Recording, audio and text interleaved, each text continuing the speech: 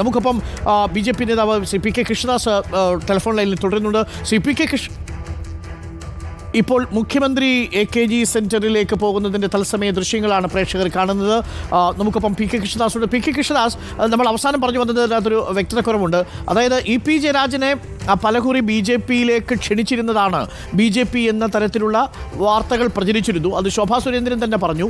ഒരു മുതിർന്ന നേതാവുമായി, വളരെ സ്വാധീനശേഷിയുള്ളൊരു ദേശീയ നേതാവുമായി ഡൽഹിയിലെ ലളിത് ഹോട്ടലിൽ വെച്ച് കൂടിക്കാഴ്ച നടത്തി എന്നാണ് ശോഭാ സുരേന്ദ്രൻ പറഞ്ഞിരുന്നത്.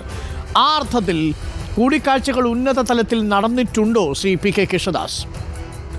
അല്ല, ഞാൻ അതിനു മുമ്പ് ഒരു കാര്യം, നമ്മുടെ പ്രതിപക്ഷ നേതാവിന്റെ ചില ആരോപണങ്ങൾ ഞാൻ കേൾക്കുകയുണ്ടായി. എനിക്ക് അക്കാര്യത്തെ കുറിച്ച് ചിരിക്കാനാണ് തോന്നുന്നത്. കാരണം കേരളത്തിലെ മുഖ്യമന്ത്രിയും പ്രതിപക്ഷ നേതാവും തമ്മിൽ അന്തർധാരയുണ്ട് എന്നുള്ളത് പകൽ പോലെ വ്യക്തമാണ്. കാരണം അവർ ഒരു മുന്നണിയിലെ IND മുന്നണിയിലെ ഘടകകക്ഷിയാണ് കോൺഗ്രസും CPM-ഉം.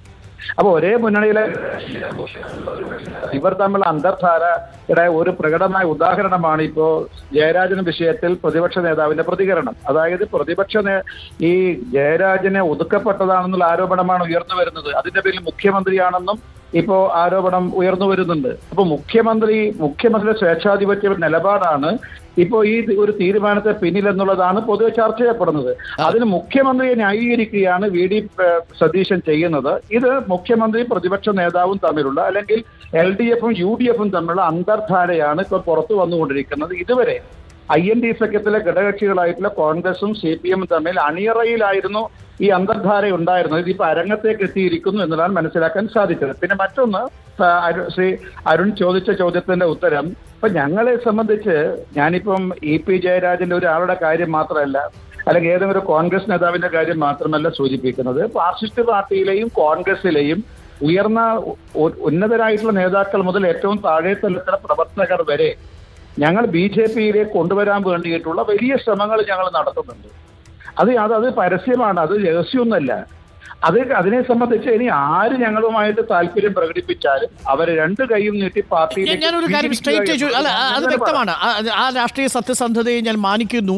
കാരണം അത് തുറന്നു പറഞ്ഞുകൊണ്ടാണല്ലോ. അത് BJP-യിലേക്ക് വരാൻ ഏതെങ്കിലും നേതാക്കൾക്ക് ആഗ്രഹമുണ്ടെങ്കിൽ ഞങ്ങൾ അതിനുള്ള സാധ്യത തേടുമെന്നുള്ളത് രാഷ്ട്രീയ സത്യസന്ധതയാണ്. അത് നിങ്ങൾ ചെയ്യേണ്ടതാണ്. എല്ലാ പാർട്ടിക്കാരും തുറന്നു തന്നെ പറയണം. അണിയറയിലൂടെ അല്ലല്ലോ നീക്കം നടത്തേണ്ടത്. അപ്പോൾ എൻ്റെ ഒരു ചോദ്യം, ആ ഘട്ടത്തിൽ ഈ പ്രഭാരി പ്രകാശ് ജാവദേക്കർ ആക്കുളത്തെ മകൻ്റെ വീട്ടിൽ പോയി സന്ദർശനം നടത്തിയതും പാർട്ടിയിലേക്കുള്ള ഒരു ക്ഷണത്തിൻ്റെ ഭാഗമായി പാർട്ടിയിലേക്ക് EP ജയരാജനെ ക്ഷണിക്കാൻ വേണ്ടി തന്നെ ആയിരുന്നില്ലേ? നമ്മളെന്തിനാണ് കള്ളം പറയുന്നത്? ജനങ്ങൾ അറിഞ്ഞോട്ടെ.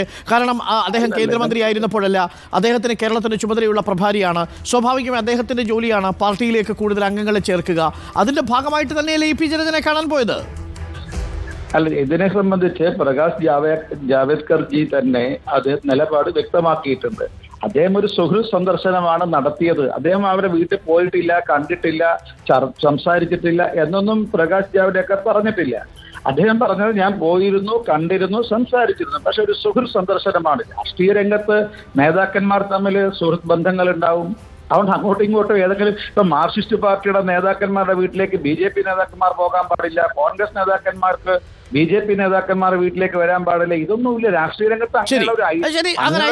പാടില്ല. ഒരു കാര്യം കൂടി, EP ജയരാജനെ എന്തായാലും ഇന്നിപ്പോൾ സംസ്ഥാന കമ്മിറ്റിയിൽ പങ്കെടുക്കാതെ അദ്ദേഹം വീട്ടിലേക്ക് എത്തിയിട്ടുണ്ട്. അദ്ദേഹം നമുക്ക് ആ ദൃശ്യങ്ങളിൽ തന്നെ കാണാം. അദ്ദേഹം വളരെ അത്ര സുഖകരമായ ഒരു അവസ്ഥയിലല്ല അദ്ദേഹം വന്നിറങ്ങുന്നത് എന്നത് താങ്കളും കണ്ടിട്ടുണ്ടാവും. എന്തായാലും പാർട്ടി നേതൃത്വമായി അദ്ദേഹത്തിനൊരു അകൽച്ചയുണ്ട്. അദ്ദേഹം BJP-യിലേക്ക് വന്നാൽ അദ്ദേഹത്തെ സർവാത്മന നിങ്ങൾ സ്വാഗതം ചെയ്യുന്നില്ലേ ശ്രീ കൃഷ്ണദാസ്? ഇക്കാര്യത്തില് അദ്ദേഹം ഇടതുമുന്നണി സംസ്ഥാന കൺവീനർ സ്ഥാനത്ത് നിന്ന് അദ്ദേഹത്തിന് മാറ്റിയെങ്കിലും അദ്ദേഹം CPM-ന്റെ കേന്ദ്ര കമ്മിറ്റി അംഗമാണ്. പിന്നെ അദ്ദേഹം ആ പാർട്ടിയിൽ നിലനിൽക്കുന്നു, അവിടെ തുടരുന്നുണ്ടോ അല്ലയോ എന്ന് ശ്രീമാൻ EP ജയരാജനാണ് തീരുമാനിക്കേണ്ടത്. ഇപ്പൊ EP ജയരാജൻ BJP-യിലേക്ക് ചേരാൻ താല്പര്യം പ്രകടിപ്പിച്ചാൽ അത് അദ്ദേഹമാണ് തീരുമാനിക്കേണ്ടത്. അങ്ങനെ പ്രകടിപ്പിച്ചാൽ BJP-യുടെ സംസ്ഥാന നേതൃത്വം അതിനെക്കുറിച്ച് ഭാവാത്മകമായിട്ട് ആലോചിക്കും. Thank you Shri P K Krishnadas പ്രതികരിച്ചതിന്. ഇടതുമുന്നണി